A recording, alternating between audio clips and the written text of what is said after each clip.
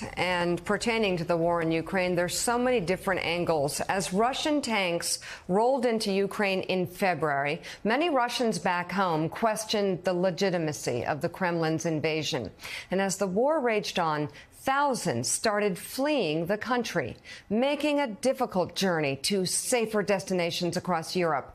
Our next guest is a Russian writer and cardiologist who left his hometown 8 days after Moscow's invasion of Ukraine. Maxim Osipov joins us now. And Maxim, I want to read from your article that's in The Atlantic.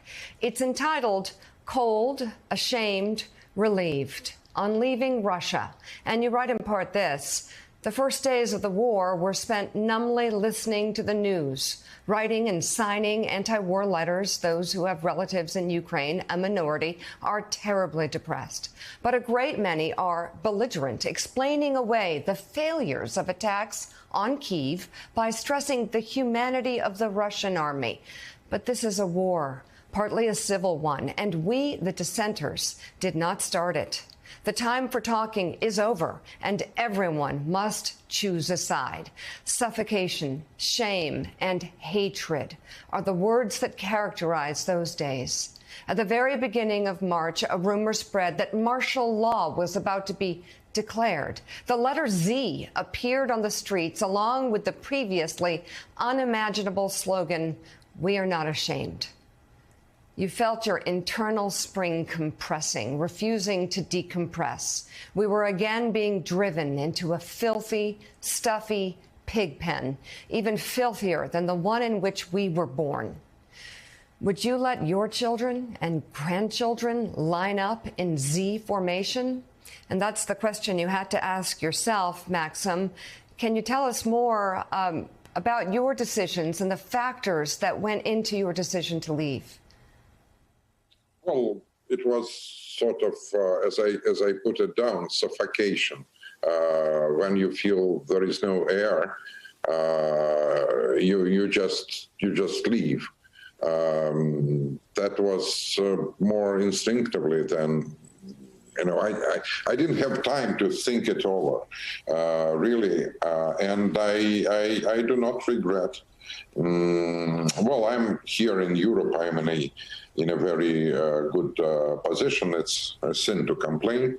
Although, of course, I miss my hometown, and I miss my friends. I miss very close friends.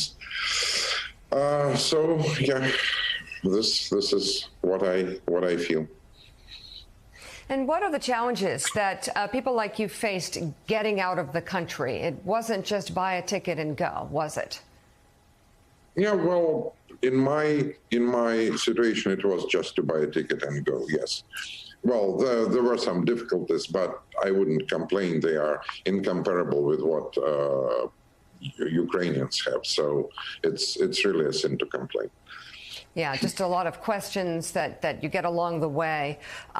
Were there discussions that you had with those who decided to stay, and what were they like? Well, close friends, they understand perfectly well my decision, and mainly people stay, people who belong to I can call it my circle, friends. Yeah.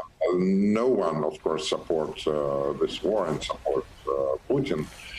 So they mainly stay because they have elderly parents, or they have their laboratories that they run, and they feel they cannot go now. But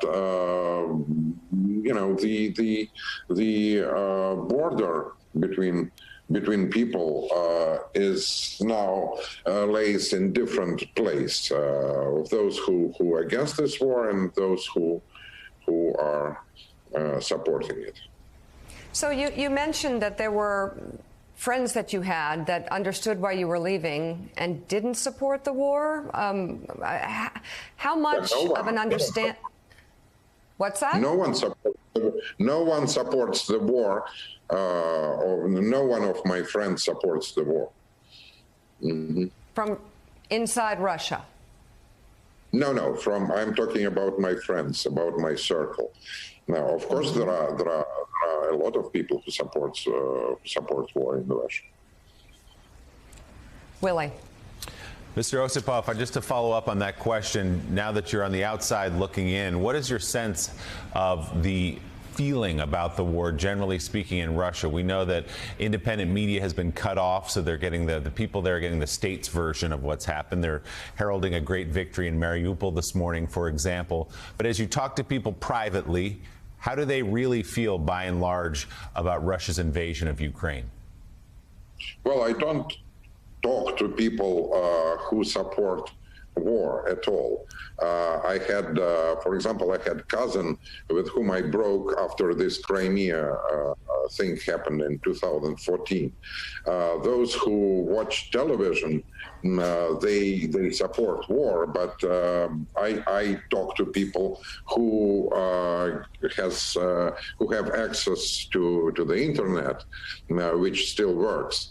So YouTube channels, Telegram channels, other things, they are available in Russia. So we cannot say that only television is available.